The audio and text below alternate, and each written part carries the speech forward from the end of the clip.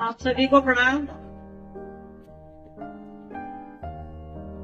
यहाँ हमेशा वक्ता की तरह नहीं आई हूँ, श्रोता बन करके आई हूँ। आज पहली बार वक्ता बन करके बैठी हूँ मंच पर, तो डर लग रहा है। साहब के साथ और दीदी माँ के साथ सन 92 से आ रही हूँ। छोटे थे हम लोग, मदन मोहन अंकल, भरत अंकल, माँ पिताजी, इन लोग सब लोग थे। तो सीतामढ़ी में ऊपरी आने नहीं हुआ। ऊपरी आने का सौभाग्य जो है 2005 में मिला, जब हमारी आपके बेटे, आपके भाई से, आपके भतीजे से शादी हुई, डॉक्टर अमित कुमार से। तो पहली बार वक्ता बन करके बैठी हूँ, तो गलती सलती थोड़ा माफ करिएगा। देखिए, हम आप यहाँ सुबह से हैं, इसलिए बैठे हैं ये बताने की आवश्यकता नहीं है। फिर भी शिव गुरु महोत्सव है, बैनर पर लिखा है सामने विराट शिव गुरु महोत्सव। तो खुद ही समझने की चीज है कि शिव गुरु महोत्सव है, ये सिर्फ महोत्सव नहीं है। लिखा है विराट शिव गुरु महोत्सव, साहब ने ये नाम दिया है। तो विराट मतलब बड़ा, ऐसी चीज जहाँ हमारा आपका मन बड़ा हो। तो जहाँ शिव की बात करेंगे वहाँ मन बड़ा होगा ही। जहाँ साहब हरिनारायण जी और दीदी नीलम आनंद जी की बात होगी, वहाँ हमारा आपका मन बड़ा होगा ही। वहाँ मन के छोटे होने की गुंजाइश ही नहीं है।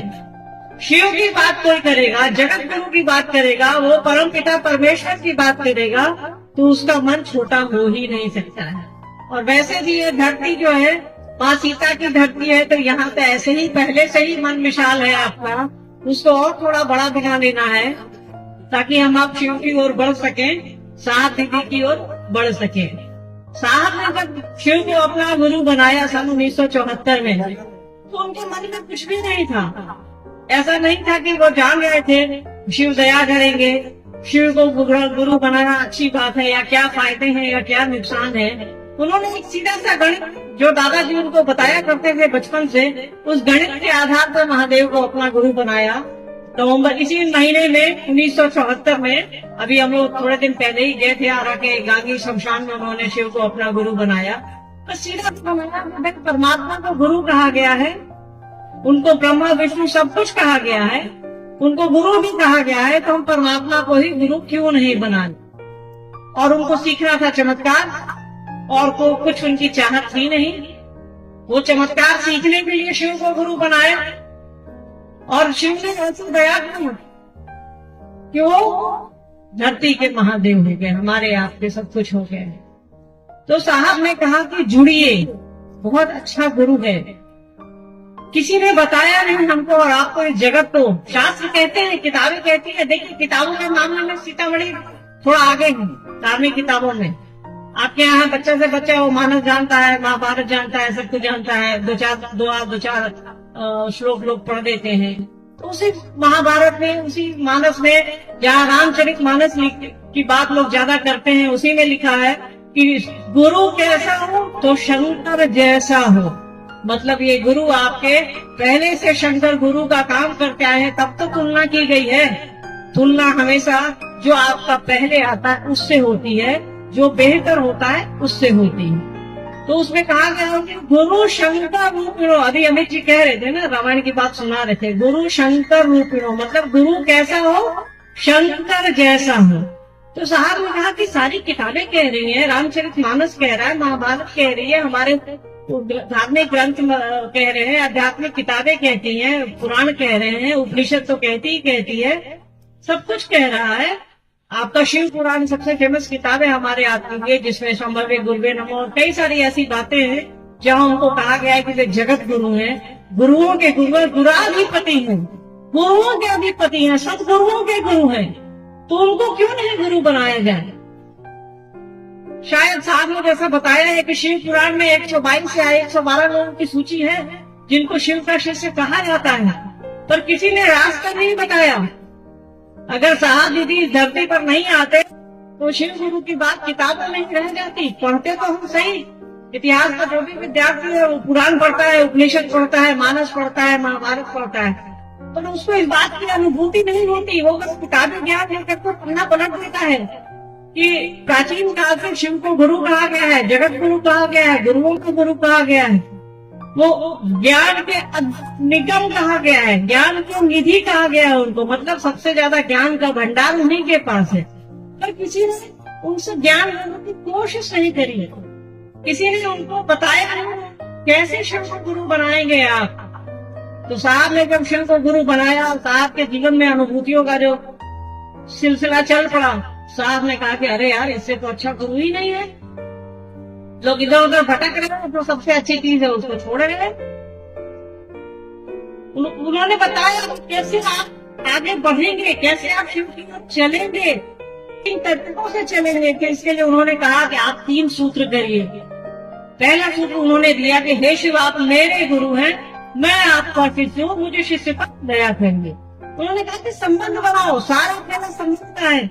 कोई भी संबंध, चाहे दोस्ती हो या दुश्मनी हो या ईर्ष्या हो या जलन हो, सभी हमारे आपके मन में ही बनते हैं, मन में ही पलते और बढ़ते हैं। किसी भी तरह का भाव हमारे आपके दिल में ही बनता है, दिमाग में ही बनता है। तो उन्होंने कहा कि अपना समझो, सारा पहला अपना समझने का है। हे शिव, आप मेरे गुरु हैं, मैं आपका शिष्य हूँ, मुझे शिष्य पर दया करिए। फिर उन्होंने कहा कि दूसरों को बताइए, शिव आपका गुरु है, आपके जीवन में महादेव को गुरु बनाने से क्या क्या फायदे हुए। और धरती का इस सृष्टि में कोई भी ऐसा नहीं है ईमानदार व्यक्ति जिन्होंने शिव को अपना शिष्य भाव अर्पित किया हो, शिव को अपना समझा हो, देवता के रूप में जैसे भी अपना समझा हो, गुरु के रूप में उस पर उसका अच्छा न हुआ हो, उस पर गुरु की दया नहीं उतरी हो, ऐसा कोई भी नहीं हो सकता है। तो साहब ने कहा कि दूसरों को समझाइए। दूसरों को समझाने के क्रम में हम आप खुद समझते हैं शिव मेरे गुरु है। जितनी देर हम आप उनको समझाएंगे, हमारा आपका मन उतनी देर वहाँ स्थिर रहता है। और मन का विज्ञान है, जहाँ स्थिर रहेगा वहाँ आपके दिमाग में ज्यादा बातें आएंगी। इसका स्थिर रहना ही मुश्किल है, क्योंकि जहाँ मन रहता है वहाँ शरीर नहीं, जहाँ शरीर रहती है वहाँ मन नहीं रहता। तो साहब ने इसके लिए एक बहुत ही आसान विधा दी, गप करो। और हम लोग तो इस सृष्टि में लोग गपे करने के माहिर हैं, कुछ काम नहीं हो, नींदों में बड़बड़ाते हैं, नींदों में गप करते हैं। सपना देखने क्या है, गप करना है। सपना देखने में कोई मौन रहता है क्या? दिमाग में बातचीत होते रहती है, आपके हमारे अनकॉन्शियस माइंड में चलता रहता है। तो उन्होंने कहा कि बातें करिए लोगों से। फिर उन्होंने कहा कि नमः शिवाय से प्रणाम करने की कोशिश करिए। उनको मालूम है कि करना थोड़ा मुश्किल है, अपने मन को स्थिर करना मुश्किल है, इसलिए उन्होंने कहा कि कोशिश करिए, कोशिश करिएगा, हो जाएगा। सारा खेला हमारी आपकी कोशिश का है। तो 108 बार नमः शिवाय से अपने गुरु को प्रणाम करना है। इसके लिए रुद्राक्ष की माला है, उंगलियों की माला है, श्वास पर हम लोग कर सकते हैं, करते ही है। ये 3 विधियां हैं जिससे साहब ने कहा कि हम आप शिव के राजमार्ग पर आ सकते हैं। और साहब दीदी स्वयं है हमको और आपको रास्ता दिखाने के लिए। वो कहीं से उठाकर नहीं लाएंगे शिव को, वो हमारे आपके घरों में है। हमारे आपके हर आदमी घर में कम देश, हिंदुस्तान से दक्षिण उठाइए, आप कश्मीर से कन्याकुमारी जाइए, आप गुजरात से इधर सिक्किम असम चले जाइए, शिव का कोई न कोई रूप हमको और आपको दिख जाता है। चाहे तस्वीरों में दिखे, शिवलिंग के तौर पर दिखे, मूर्तियों के रूप में दिखे।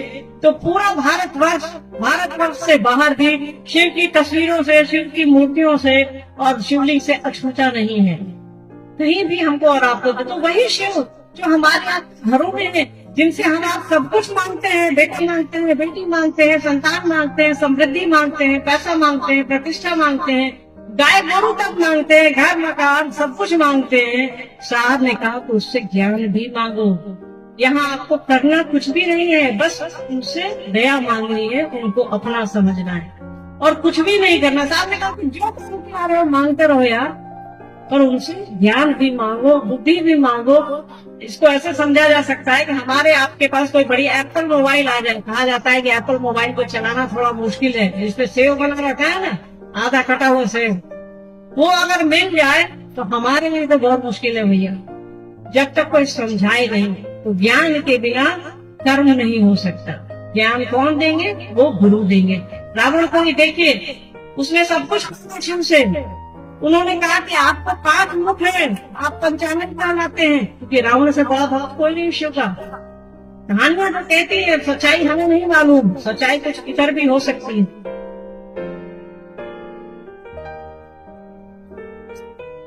सच्चाई कुछ अलग भी हो सकती है, पर इसमें हम आप न उलझे। पर हमारे शास्त्र जो कहते हैं, रावण ने कहा कि आपको 5 मुख हैं, मैं आपका भक्त हूँ, मुझे 10 चाहिए। इसीलिए रावण को दशानन कहा गया है। महादेव ने कहा तथास्तु, तुमको जो चाहिए ले लो। कहानियां कहते हैं कि उन्होंने सोने का भवन बनवाया, सोने की लंका बनाई, रावण को दे दिया, सब कुछ दे दिया, त्रैलोक की शक्ति तक दे दी। पर एक चीज रावण ने नहीं मांगी, वो है बुद्धि, ज्ञान और समझ। और देखिए उनकी एक नादानी से साधुता बदनाम हो गई। साधु के वेश में उन्होंने सीता का हरण कर लिया। अगर वो ज्ञान मांगे रहते तो ऐसी नौबत ही नहीं आती। तो सबसे जरूरी है समझ, गुरु की दया, गुरु का ज्ञान, कि हमको और आपको जीने की कला सिखलाए, लौकिक जीवन में भी और पारलौकिक जीवन में भी। तो ये कैसे होगा, इसके लिए साहब ने बताया कि 3 सूत्र करते रहिए और उनको अपना समझिए। आप सब उनको ये कहिए ना कि सरकार आप ले रहे हैं, जैसे आपके बच्चे अपने हैं, आपकी चप्पल आपके साथ होगी, सब लोग, हम भी अपने जहाँ बैठे थे नहीं खोले, यहाँ खोले, बुदला न जाए, ऐसी जाएंगे गाड़ी से नंगे पैर। आप अपनी चप्पल अपने पास रखे होंगे, हर आदमी अपनी चीजों को अपने पास रखता है, अपना समझता है। यहाँ एक रुमाल के छूट जाएगा ना, तो आप घर जाते जाते 5 बार कहेंगे कि रुमाल छूट के नहीं, ऊपरी में थे। सही बोले ना मैं? ठीक है, क्या आप ये बोलेंगे? ये ऐसा नहीं है कि आप हमसे ये बोलेंगे। मैं भी रहूंगी आपकी जगह, मेरा भी मोजा या कुछ गुम हो जाएगा तो मैं भी बोलूंगी कि ऊपरी गए थे, छूट गया। तो ये ह्यूमन नेचर है। हम आप मनुष्य के स्वभाव से अलग नहीं है, जो मानव का स्वभाव है उससे अलग नहीं है। ठीक है, तो इस बात को समझिए कि साहब क्यों बोले हैं ऐसा, कि महादेव को अपनी चप्पल जैसा समझो यार, अपना रुमाल अपनी छोटी से छोटी चीज जैसा महत्व दे दो। क्योंकि आपको और हमको ये समझ नहीं है, ये समझ गुरु देंगे। ये सारी चीजें यही रह जाएंगी, जो साथ रहेंगे वो शिव रहेंगे और कोई नहीं रहेगा। रुमाल हो, चप्पल हो, हम हो, सब यही रह जाएंगे। घर परिवार के लिए हम आप जीवन गंवा देते हैं, बच्चों के लिए जीवन गंवा देते हैं, पर टुनक जाते हैं ना तो वही बाल बच्चा फूक आता है, रास्ते में पूरी सब्जी जलेबी भी खा लेता है। ठीक है, ये परंपराएं हैं, इसमें नहीं उलझना है, जो भी हो रहा है होने देना है। पर जो चीज आपके साथ रहेगी, आपके साथ जाएगी, उसको तो संभाल कर रखिए। तो शिव हमारे आपके जीवन के ऐसे नगीना है जिसको संभालिए, वो गुम नहीं होना चाहिए। हमको और आपको लगना चाहिए कि उनके बिना कुछ भी नहीं है हम। साहब ने आओ चले शिव की ओर में लिखा है कि अपने आप को छोटा समझिए। जिस दिन हमारा मन समझ जाएगा कि जो भी दिया हुआ है वो शिव का दिया हुआ है, उस दिन हम आप समझ जाएंगे कि सारा खेला उसकी दया का है, सारा खेला उस शिष्य भाव का है, उस गुरु भाव का है, और कुछ भी नहीं है, सब बेकार है। तो उनसे जुड़िए। इसके जुड़ने के लिए साहब ने बहुत आसान से तरीके दिए, मतलब बस उनको अपना समझिए। सारा खेला उनको अपना समझने का है। हम आप जीवन जगत में हैं, किसी को अपना समझते हैं तभी परिवार कहलाता है, किसी को दुश्मन समझते हैं तभी दुश्मन कहलाता है। तो बस अपना समझिए, उनको बस कहिए कि सरकार आप मेरे हैं, आप मेरे हैं, मैं आपका हूँ, मुझे से पर दया कर दीजिए। जैसे आपके वो अपने होंगे, तो जो अपना होता है उसकी बड़ाई तो हम आप कर ही लेते हैं, उसको याद तो हम आप कर ही लेते हैं। तो साहब का दूसरा सूत्र, पहला सूत्र करेंगे, दूसरा सूत्र अपने आप हो जाएगा। जो अपना है उसकी बड़ाई हो जाएगी। दूसरों से हम आप शिव गुरु की बात करते हैं। दूसरा सूत्र हमारा यही कहता है कि चर्चा करिए, लोगों से वार्तालाप करिए, परिचर्चा करिए, बात करिए कि शिव आपके गुरु हैं, मेरे भी गुरु हैं। तीसरा है नमः शिवाय से प्रणाम करिए। जिसको अपना समझिएगा उसको याद कर लीजिएगा। तो 108 बार प्रणाम करने की कोशिश जो है अपने गुरु को याद करने की विधान से, इससे आसान दुनिया में कुछ भी नहीं है। न यहाँ आपको भोजन की वर्जना है, आपको जो मन करे खाइए, जो मन करे करिए, मानवीय आधार पर। अब पता नहीं ऐसा नहीं हो कि आप लड़ने झगड़ने लगे।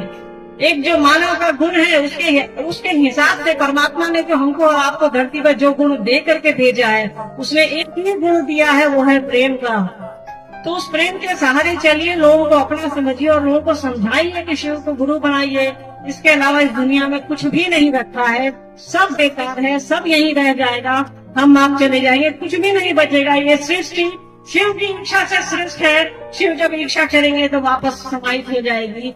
ये हम नहीं कह रहे हैं, ये साहब नहीं कह रहे, हमारी आपकी किताबें कह रही हैं, जिसका हवाला हम लोग देते हैं कि फल्ला किताब में लिखल है, चिल्ला किताब में लिखल है। वही किताबें इस बात का हवाला देती हैं कि ये पूरी सृष्टि परमात्मा की इच्छा से सृष्ट है और परमात्मा की इच्छा से वापस उसी में समाएगी। तो हमारे आपके पास कितना टाइम है ये किसी को नहीं मालूम है। कब हमारी आपके जीवन की कहाँ शाम हो जाए कोई नहीं जानता है। तो शिव को गुरु बनाइए, अपने जीवन को बेहतर बनाइए। धरती पर कोई हमको और आपको शिव देने नहीं आया है। साहब हरिंदर जी आए हैं हमको और आपको शिव देने के लिए। ले लीजिए, बाकी कुछ नहीं देगा कोई। आपको 2 रुपया दे सकता है चाय पीने के लिए, लेमन जूस खाने के लिए या कुछ और भी करने के लिए। शिव कोई नहीं देगा। जो भी कुछ देगा तो जगत में उलझाएगा। साफ है आपको शिव दे रहे हैं। आपका ये जीवन और आपका वो जीवन जो हमको और आपको नहीं दिखता है बेहतर गुजरेगा। भरोसा साहब पर करिए। वैसे साहब ने कहा है कि भैया मेरे पास भी भरोसा नहीं था मैंने जब शिव को गुरु बनाया, मेरे पास भी श्रद्धा नहीं थी जब मैंने शिव को गुरु बनाया, बस मैं खड़ा रहा। साहब की बात याद करिए, उन्होंने कहा कि मैंने आपको, महादेव को उन्होंने कहा कि मैंने आपको चमत्कार सीखने के लिए गुरु बनाया है, पर मुझे मालूम है आप नहीं सिखाइएगा, पर फिर भी मैं कहीं नहीं जाऊंगा। देख लीजिए उनका खड़ा होना गुरु की दया का स्टार्ट होना है कि फिर भी मैं कहीं नहीं जाऊंगा। आप खड़े हो जाएंगे, एक किसी एक के लिए तो खड़े हो जाएंगे, वहां आपका संबंध बन जाएगा।